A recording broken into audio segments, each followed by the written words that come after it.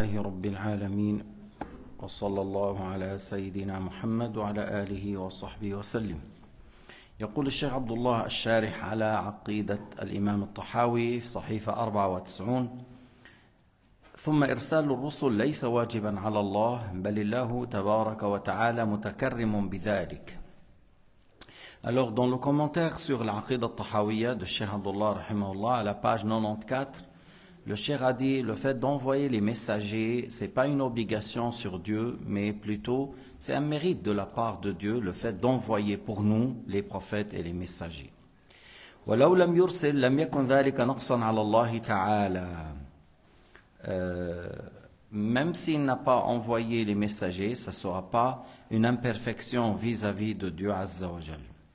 بعض الأحيان الحنفية يقولون إرسال الرسل واجب بمعنى أنه الحكمة تقتضيه ولا يقولون وجوب بمعنى لو تركه يستحق الذم.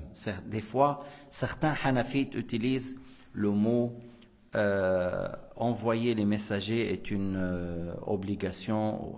Ils veulent dire par ça que c'est une chose que la sagesse implique cela, ou la sagesse, et puisque Allah Ta'ala a la sagesse, ne fait pas les choses vainement, mais il y a des sagesses. Dans ce sens-là, ils veulent dire que, puisque Allah Ta'ala a la sagesse, alors il a envoyé les messagers de ce point de vue-là. قالت البراهمة فرقة من الهند، هذه جماعة من الهند وبعض غيرهم قالوا إرسال الرسل محال. Les brahimites, c'est une religion en Inde. Et certains d'autres ont dit que non, c'est pas possible que Dieu envoie des messagers. قالوا لأن الرسول لو أتى بما اقتضاه العقل فبالعقل عما أتى به غنية فيكون خاليا عن الجدوى يكون عبثا وهو لا يليق بالحكيم. Ils ont dit, parce que si les prophètes vont transmettre des choses que la raison accepte, alors, par la raison, on est satisfait et on n'a pas besoin de leur envoi. Alors, ça sera vainement, puisqu'ils vont amener des choses qui sont acceptées par la raison. Alors, par la raison, on peut avoir ces choses et on peut les déduire et on n'a pas besoin des prophètes. Alors, pourquoi il va Dieu l'envoyer? Alors, ça contredit la sagesse. C'est ce qu'ils ont dit. ولو أتى بما يأباه العقل فهو مردود لأن العقل حجة الله تعالى إجماعا لا تتناقض حججه. Ils ont dit, et si les prophètes vont ramener des choses qui contredisent la raison saine, alors on ne peut pas accepter parce que la raison c'est l'argument ou le preuve que Allah subhanahu wa ta'ala met sur les créatures et c'est pas possible que les preuves de Dieu se contredisent. فما يأباه العقل يكون باطلا يقولون. Alors si quelque chose qui contredit la raison, alors la raison, s'il y a quelque chose qui contredit la raison, il n'est pas accepté. La réponse قال أهل الحق الأنبياء يأتون بما قصر العقل عن معرفته. يعني هو يقبله العقل ولكن العقل قاصر عن معرفته. Ils ont dit, les gens de la droiture, que les messagers vont transmettre des choses qui ne contredisent pas la raison saine, mais la raison, des fois, il n'arrive pas à les atteindre, il n'arrive pas à les connaître, les choses concernant l'au-delà. Comment la raison, il peut les savoir? Mais toujours, ce qui ramène les prophètes est en conformité avec la raison saine. Mais est-ce que la raison saine peut savoir les choses qui sauvent la personne le jour du jugement? La raison toute seule, est-ce qu'il peut savoir les choses qui sauvent le jour dernier? لأن الرسالة سفارة بين الله تعالى وبين ذوي الألباب من خليقته ليزيل بها عللهم فيما قصرت عنه عقولهم. Parce que les prophètes et les messagers, leur rôle, c'est le fait de transmettre de la part de Dieu, être l'intermédiaire entre Allah subhanahu wa ta'ala et les créatures, afin de leur montrer et leur guider et leur dire aux guides, les guider vers les choses qu'ils ne peuvent pas les atteindre par leur raison. وهذا لأن العقل إن وقف على الواجب والممتنع العقليين لابد أن يتوقف في الجائز. Parce que des fois, la raison, il peut atteindre, oui, ce bas monde, il a un créateur. On dit wajib al-wujud, le bas monde, il peut déduire, il y a un créateur. Parce que c'est pas possible que le monde arrive tout seul. Le bas monde rejette, la raison saine rejette qu'il y aura, par exemple, 2 dieux ou 3 ou 4. Par la raison saine, on peut déduire cela. Ou on peut déduire qu'il ne faut pas adorer les idoles, tout ça. Oui. Mais comment peut-on savoir les choses possibles? Il y a des choses obligatoires selon la raison, l'existence de Dieu. Il y a des choses impossibles d'exister, comme le fait d'avoir un associé à Dieu, c'est impossible. Entre ce qui est possible, dans les choses possibles, il y a beaucoup de choses qui sont possibles d'être dans l'existence. Et il y a des choses qui sont possibles, qui soient licites, soit halal, soit haram, ainsi de suite. Comment la raison elle peut atteindre tout ça? Ce qui sauve le jour du jugement. بالجائز العقلي بالجائز العقلي كيف العقل يستطيع أن يحكم إذ كلا طرفي الجواز يتساويان في قضية. C'est possible que, par exemple, on a 5 prières obligatoires. Oui, c'est Allah Ta'ala qui les a rendues. Mais c'était possible qu'il soit 3 ou 4 ou 2 ou 6 ou 8 ou 10.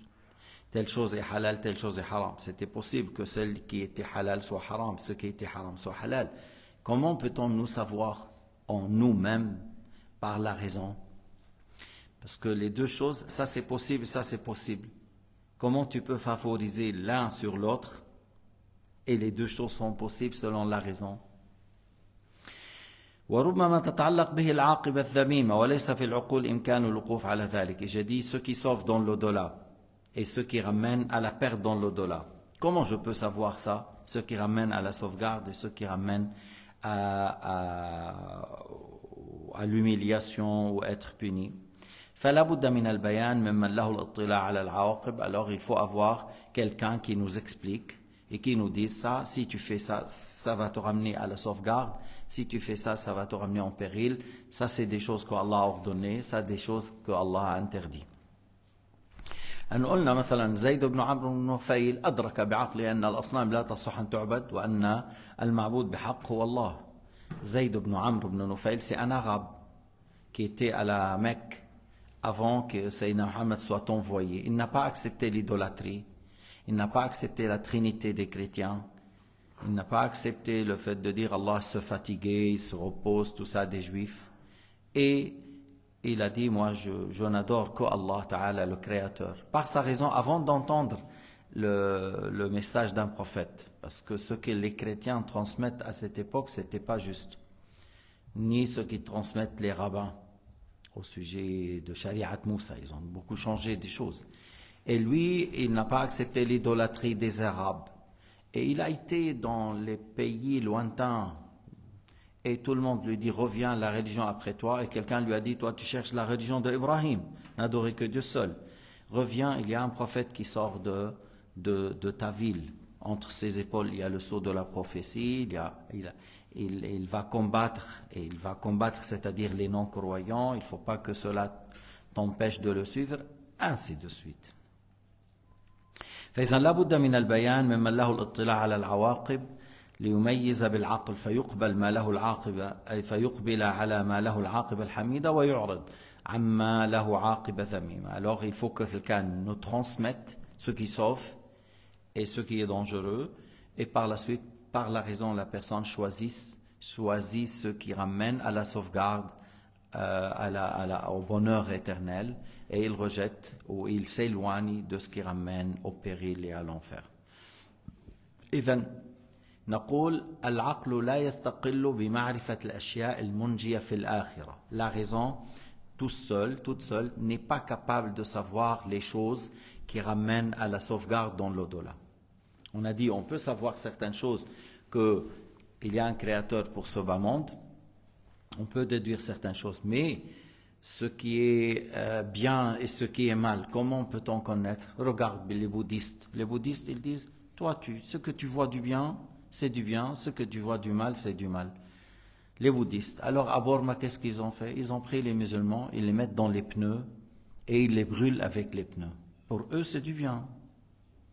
Ils les tapent par les bois. Je l'ai vu comment ils tapent. Mais Allahu Akbar.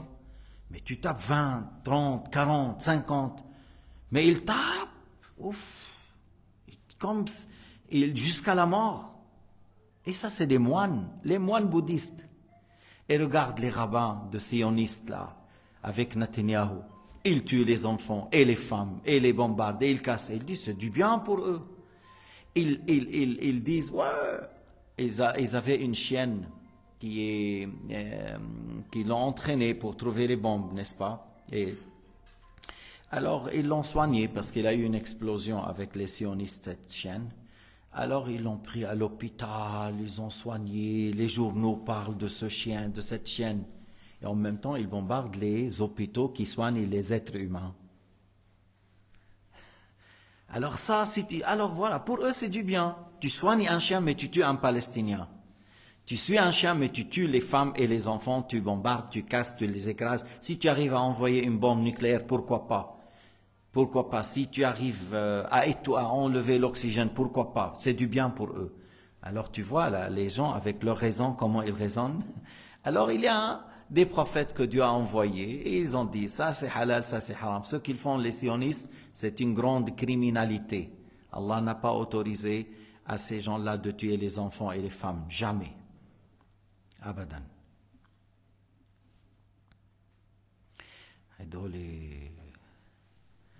Et vraiment, ils essayent de se concurrencer avec les grands criminels.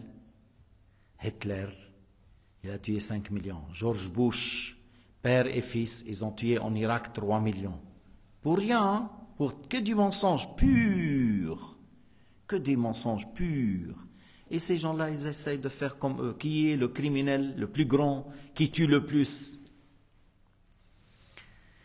ثم إذا ادعى واحد رسالة في زمان جوازها وهو قبل مبعث النبي صلى الله عليه وسلم لا يجب قبوله بدون معجزة. هلا بعد سيدنا محمد ما في نبي. Après سيدنا محمد il n'y a pas un nabi. Il n'y a pas un prophète, il n'y a pas un messager après سيدنا محمد. Mais avant, si quelqu'un dit je suis un prophète ou messager, il faut qu'il ramène un miracle ou plus. On ne peut pas accepter qu'il est un prophète comme ça. Sinon n'importe qui va dire je suis un prophète, je suis un messager. Il faut qu'il aura un miracle ou plus. Lorsque certains parmi les gens ils ont dit à Jésus, toi, tu es un fils d'adultère, toi, tu es un prophète. Allah lui a donné des miracles, il a ressuscité des morts. Par la volonté de Dieu, par la création de Dieu. Jésus a appelé, mais c'est Dieu qui a créé. Ils ont dit, ah non, ces gens-là, peut-être, ils ne sont pas morts. Ils étaient dans le blocage. Et viens, ressuscite-nous le fils de Nuh, Sam. Ça fait 5000 ans qu'il est mort, ou plus que 5000 ans. Sam. Il l'a appelé. Alors il s'est levé, Sam. Il s'est levé dans la tombe. Et ils ont dit, mais non, toi, tu es un grand sorcier, toi. Tu es un grand sorcier, tu as fait la sorcellerie. Alors, ils n'ont pas accepté malgré qu'il a fait des miracles. Et c'est un prophète de Bani Israël, parce que Jésus, fils de Mariam, la fille de Omran, c'est un grand homme de Bani Israël. Un grand homme. Alors, pour accepter un prophète, il faut avoir un miracle au plus, que personne n'arrive à le défier, personne n'arrive à le stopper, personne n'arrive à faire quelque chose pareil. Et c'est un acte hors commun. المعجزة أمر خارق للعادة لا يمكن معارضته بالمثل لا يمكن لأحد أن يقوم بمثل ما أتى به هذا النبي ولا يمكن لأحد أن يوقفه وهو أمر خارق للعادة يدل على صدقه. Alors pourquoi le miracle prouve la véracité? Parce que c'est comme Allah nous dit, il est véridique, suivez-le. Lorsque lui donne le miracle, c'est comme Allah nous dit, il est véridique, suivez-le. Parce que s'il est un menteur, Allah ne lui donne pas un miracle. Parce que le miracle, c'est quelque chose qu'Allah a créé, et il le fait apparaître par la main de celui-là et celui-là parmi les prophètes. Mais c'est la création de Dieu. Alors supposons quelqu'un, un menteur, c'est un menteur, il dit je suis un prophète, la pierre va témoigner qu'il est un prophète. Alors la pierre ne va pas témoigner parce que Allah, c'est pas possible qu'il rend le menteur véridique, qu'il déclare le menteur véridique. Mais si la pierre a parlé, il a dit c'est un menteur, alors c'est pas un miracle. Pourquoi? Parce qu'il était contre lui. Si la pierre a parlé, il a dit c'est un menteur, alors c'est pas un miracle parce que il était contre lui, il l'a pas soutenu, il était contre lui. أما بعد سيدنا محمد ما في نبي إلا عيسى ينزل من السماء. Il n'y a pas un prophète après Sayyidina Muhammad, sauf que Isa alayhi salam descend du ciel et il va pratiquer la sharia de Sayyidina Muhammad sallallahu alayhi wa sallam. وإنما قيد بدار التكليف وهي الدنيا ليخرج الخارق للعادة في العقبة. يعني نحن on parle de ce qui est aujourd'hui hors commun, parce que le jour dernier, il y a beaucoup des actes hors commun qui vont apparaître. Les moines vont témoigner, la terre va témoigner, mais ça c'est dans l'au-delà. C'est pas, on ne dit pas que c'est des miracles, c'est des événements qu'Allah Ta'ala crée dans le jour dernier. وبإظهار صدقه لأن الناقض لو ظهر لإظهار كذبه بأن قال دليل صحة نبوة شهادة هذا الحجر فأنطق الله الحجر بتكذيبه لا يكون معجزة بل يكون دليل كذبه. Je viens d'expliquer que s'il a dit la pierre est témoin de ma véracité et la pierre a dit tu es un menteur, alors c'est pas un miracle. أما سيدنا محمد عليه الصلاة والسلام, avant d'être prophète, il passait à côté de certains arbres, de certaines pierres. Il lui dit Assalamu alayka ya Rasulallah. Avant d'être, puisque Allah Ta'ala fait parler certains arbres et certaines pierres, et lui dit Assalamu alayka ya Rasulallah, c'est-à-dire l'homme qui va être un messager. Les pierres disaient saluer le prophète avec le nom messager de Dieu. هلا الدجال لا يدعي النبوة, يدعي الألوهية, فيظهر على يديه خوارق, لكن هو يدعي الألوهية.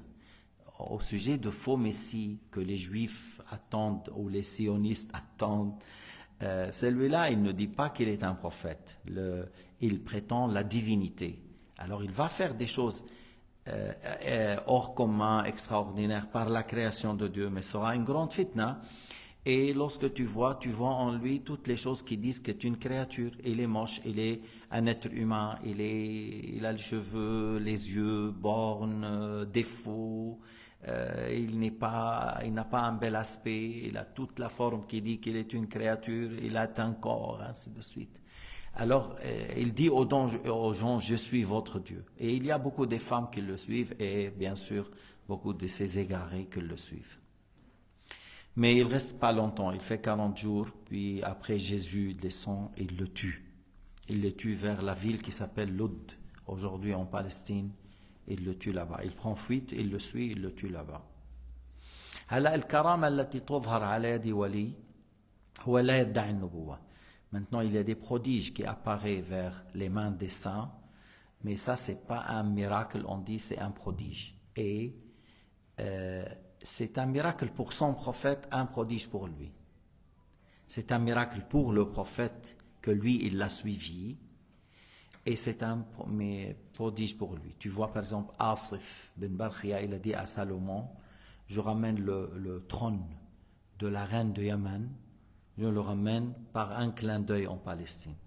Et il est arrivé. Ça c'est un miracle pour Asif, et ça c'est un miracle pour Sulayman, et c'est un prodige pour Asif. Asif c'était un homme saint, et qu'il a amené le trône par un clin d'œil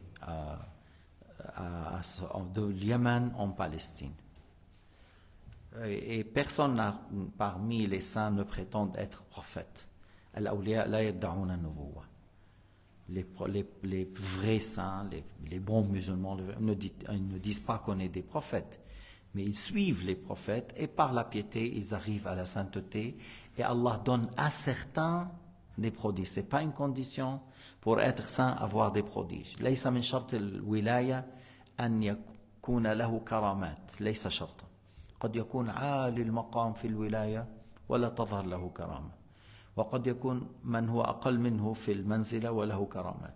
C'est possible qu'Allah fait apparaître des prodiges pour certains et quelqu'un qui est plus haut que lui et on ne voit pas des prodiges pour lui. Yani, on parle de l'imam Shafi'i, c'est un grand saint, mais on n'a pas vu on ne parle pas de beaucoup de prodiges de l'imam Shafi'i. Mais par exemple, Cheikh Abdul Qadir Jailani ou Rifa'i ou d'autres on rapporte. Inch'Allah, on parlera de ça par la suite. Wallahu subhanahu wa ta'ala a'lam.